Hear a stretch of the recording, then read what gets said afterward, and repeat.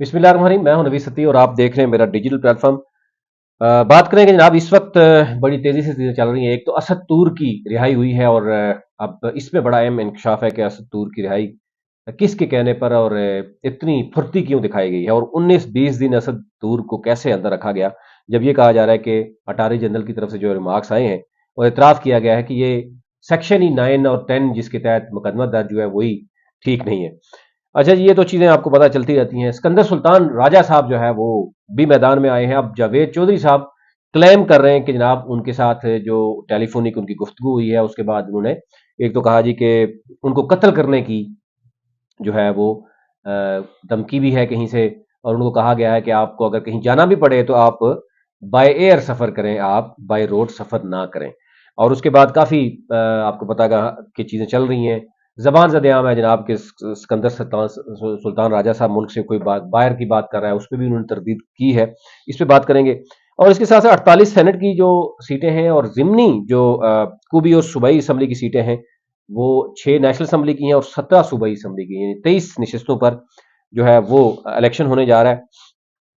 तो उसका यानी अप्रैल में 21 अप्रैल में वो इलेक्शन होगा और 2 अप्रैल को जो है वो सेनेट का इलेक्शन होगा। तो यूं अप्रैल में बहुत सी चीजें जो है वो क्लियर हो जाएंगी कि आगे का यानी रास्ता तयन किस तरीके से हो रहा है। अच्छा, एक तो ये है कि जो जो सीटें अभी तक टिकट कंफर्म आपने देखा गया होगा कि नून लीग ने के नासिर भट्ट और तलाल चौधरी ऑफिशियली तौर पर जो है नून लीग ने उनको बाकायदा तौर पर अपना यानी सेनेट के लिए टिकट जारी कर दिया है और वो तो अपनी मुबारकबादें वसूल भी कर रहे हैं।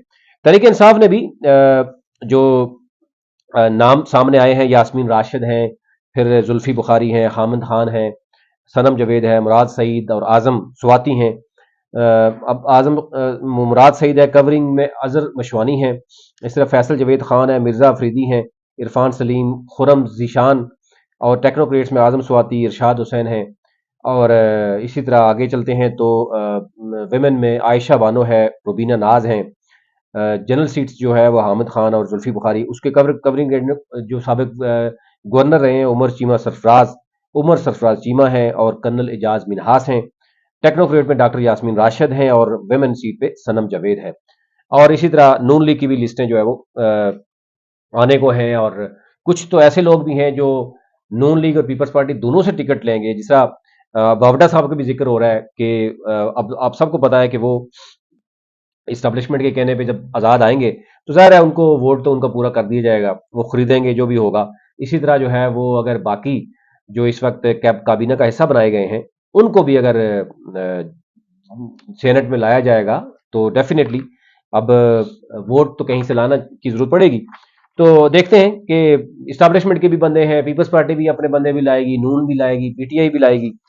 तो लेट्स सी कि कौन कामयाब होता है और कौन किसको जो है वो शिकस्त होती है।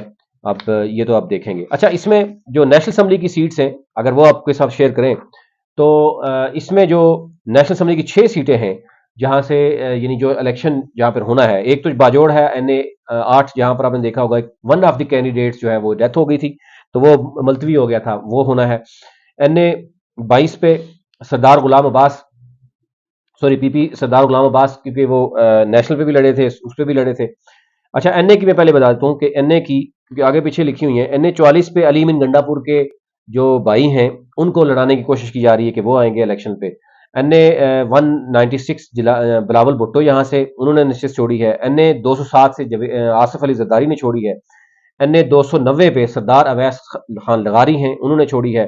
फिर एनए 8 का बता दिया आपको, एनए 132 शहबाज शरीफ है और एनए 119 मरियम नवाज है। ये इन सीटों पर इलेक्शन होना है।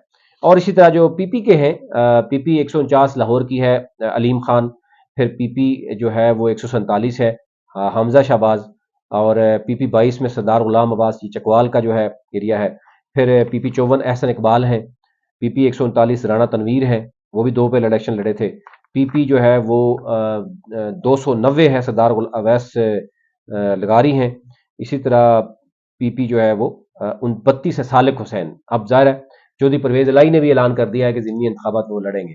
तो बड़े सरप्राइजेस स्टिल जो है वो आने को है।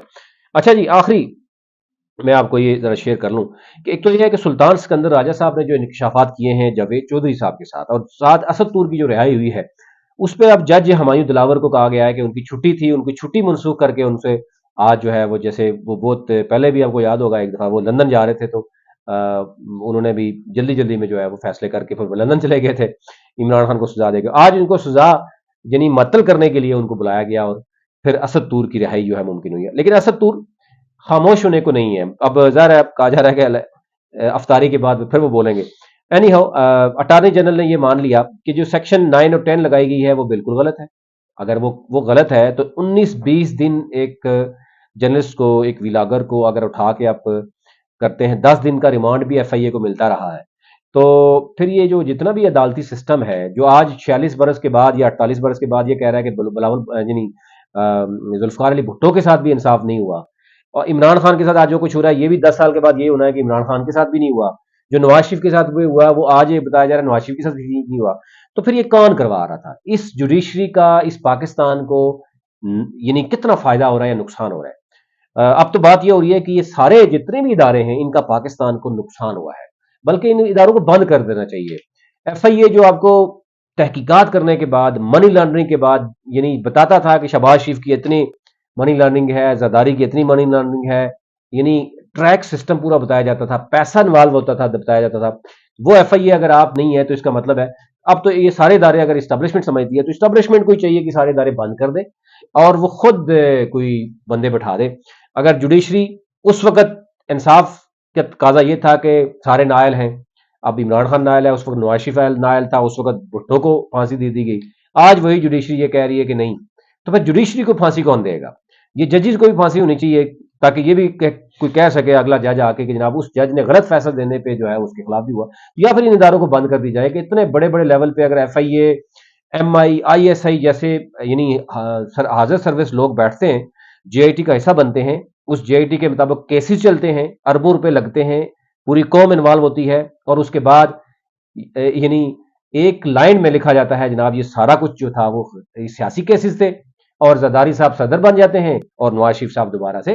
अब तो ये चीजें अगर उनके साथ ज्यादती हुई है तो फिर उन जजेस को लटकाया जाए जिन्होंने ये किया, उन हाजिर सर्विस लोगों को भी लटकाया जाना चाहिए जो उस वक्त मौजूद थे, वो बेशक किसी भी एजेंसीज के थे, क्योंकि अगर मुल्क के साथ ये खिलवाड़ होता रहा है और आवाम के पैसे के साथ होता रहा है और आज भी यही सूरत नजर आ रही है, तो फिर इंतहाई अफसोस के साथ इसका मतलब है कि हमारे तमाम इदारे, हमारे एजेंसीज जो है वो इस मुल्क के साथ खुद खिलवाड़ करते हैं, वो खुद जो है वो पॉलिटिकल इंजीनियरिंग होती है, वो कभी नवाज शरीफ को नायल करते हैं और कभी इमरान खान को करते हैं, कभी जरदारी को बताते हैं, और उसके बाद फिर वही लोग इस कौम के ऊपर मुसल्लत किए जाते हैं और मुल्क का बेड़ा गर्क इस तरह होता है कि अगर उस वक्त पेट्रोल अगर आपके पास या डॉलर 100 रुपए का था और आज आपको 400 रुपए का मिल रहा है, 300 रुपए का मिल रहा है, और फिर ये कहें कि इसमें पॉलिटिकल लोग इन्वॉल्व हैं, या फिर इसका मतलब है सारा का सारा कसूर तो हमारे इदारों का है, जो एक ही इदारा है जो सब कुछ करता है, अगर वही चलाना है तो फिर इन इदारों को बंद कर देना चाहिए।